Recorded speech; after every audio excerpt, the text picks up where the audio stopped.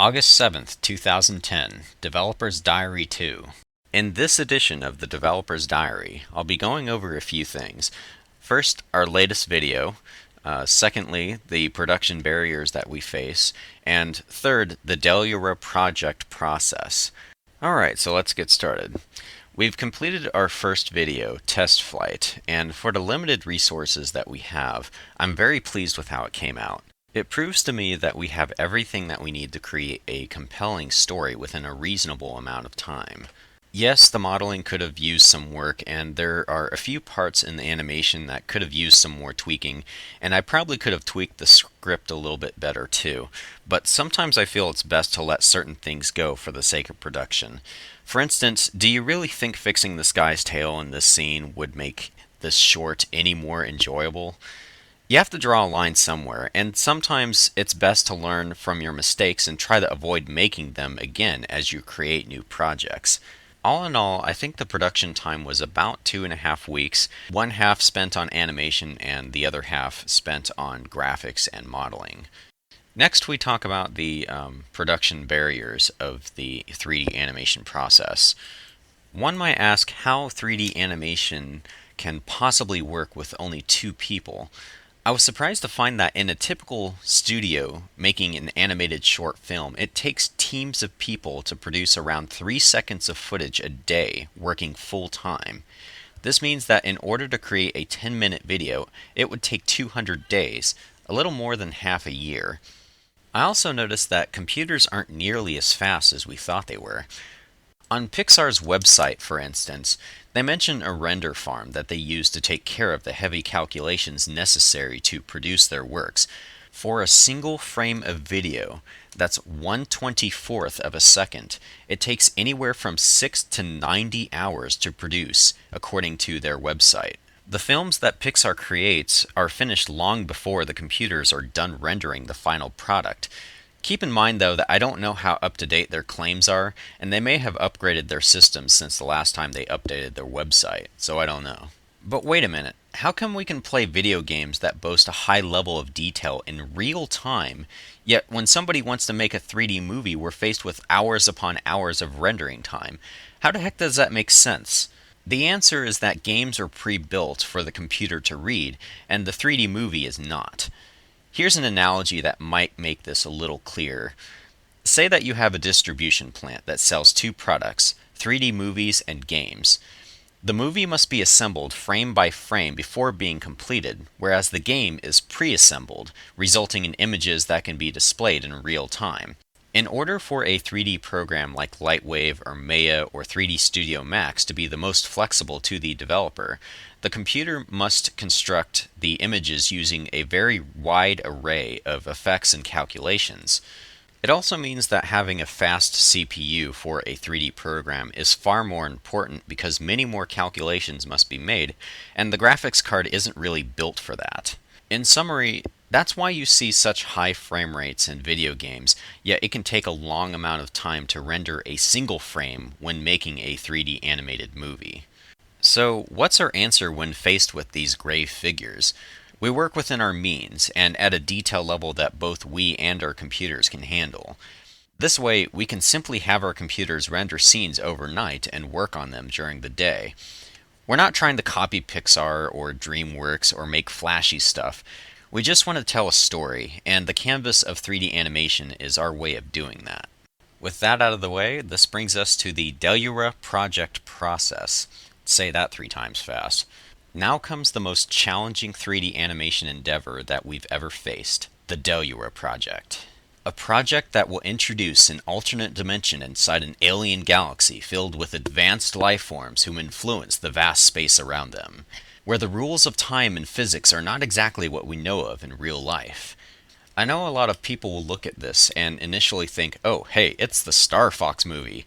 I mean, yeah, I'll be utilizing anthropomorphic characters, but eventually people will see that there is a much larger picture to be seen, and over time, maybe people will even use the Delura project to compare to some other person's work. That'll be the day, huh? Anyways, we've already put hours upon hours into ideas that will establish the foundation of how our universe will operate. To give you a behind-the-scenes look into our current production process, I'm going to list the tasks that must be performed to turn the idea of the Delura project into reality. Keep in mind that the following steps I list are not always done in a certain order. The script. All 3D animation for us starts with Notepad. So far we have extensive rough draft scripts which will be a baseline for our story, and it will gradually expand as we continue to create.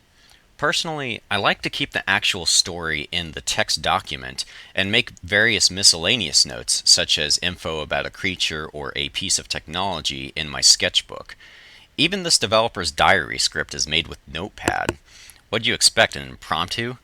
I'd be stuttering and stumbling the whole time without a pre-planned dialogue. The storyboard. This is possibly one of the most important aspects of the creation process for any animated film. The storyboard is a cheap, low-time investment means of figuring out how things should look when the project is done. My sketches tend to be pretty messy, but that doesn't matter since most of the time me and Tabin are the only ones looking at them anyways. However, storyboards aren't set in stone, and it's not uncommon for us to deviate from what we have sketched out. The sketchbook. To come up with the visual ideas for the Delura project, much time is invested in penciling out rough sketches with corresponding notes. Here, we flesh out things such as what a creature should look like and what traits they should have, as well as various props and their functions. My sketches tend to look like something that a 6-year-old could draw, but at least they give me an idea for when I get into modeling. Tabin's sketches tend to look a lot better and cleaner than mine do, so if we need something more fleshed out, he's the go-to person for that. Of course, with our skill level, nothing will translate perfectly into 3D, so it's something we're going to have to work on. Modeling. The sketchbook process is actually closely related to the 3D modeling process in certain aspects. Our current method for putting our ideas into 3D is to have Tabin draw a front view and a side view of an object we want to make. I then trace this as closely as I can by moving points, subdividing, and extruding geometry. We haven't perfected this method by any means, but it seems to work pretty nicely for more complex models. Animating, for me, is the most fun part of the whole process. Why? Okay, let's put it this way. Do you remember playing with action figures as a kid? Did you ever make believe scenes and encounters between action figures just for the fun of it? That's what animation is to me. It's like having control of action figures that can act out whenever I want to, on their own. The only difference is that I have to create my own toys to play with, provide those toys with a skeleton where needed, weight maps to tell those bones what parts they should move, and apply textures that wrap around my unpainted toys and so on. Animation to me is like being able to have fun playing with action figures all over again. Post-production. This is where everything gets put together. The first step is rendering all of the scenes, which is something I like to do overnight for reasons stated earlier. As simple as my animations are, they still take a while for my poor Athlon 64 computer to process. To put it into perspective, let's say as a test I have a camera pan for 10 minutes in this room. My computer would require around 30 hours to put this into video. That's about 9 seconds per frame. I can bump that down to 14 hours by removing anti-aliasing, but then we'd be stuck with these jagged lines which are an eyesore. Rendering without anti-aliasing does provide a very quick preview, however, of the final product in motion. Tabin has the exact same model of computer that I do, so technically we could reduce rendering times in half by having his computer run overnight as well. After rendering, I'm left with a bunch of movie files. These are transferred to my current video editing software, ULEAD Video Studio 11. It's not the best program out there, but with the price tag of about $50, it has everything I need at this point in time. That pretty much concludes our production process and our animations with the exception of audio. I don't have enough time in this edition to cover everything, and there were a few things such as compositing that I had to leave out, which I'll include in the next edition of the Developer's Diary.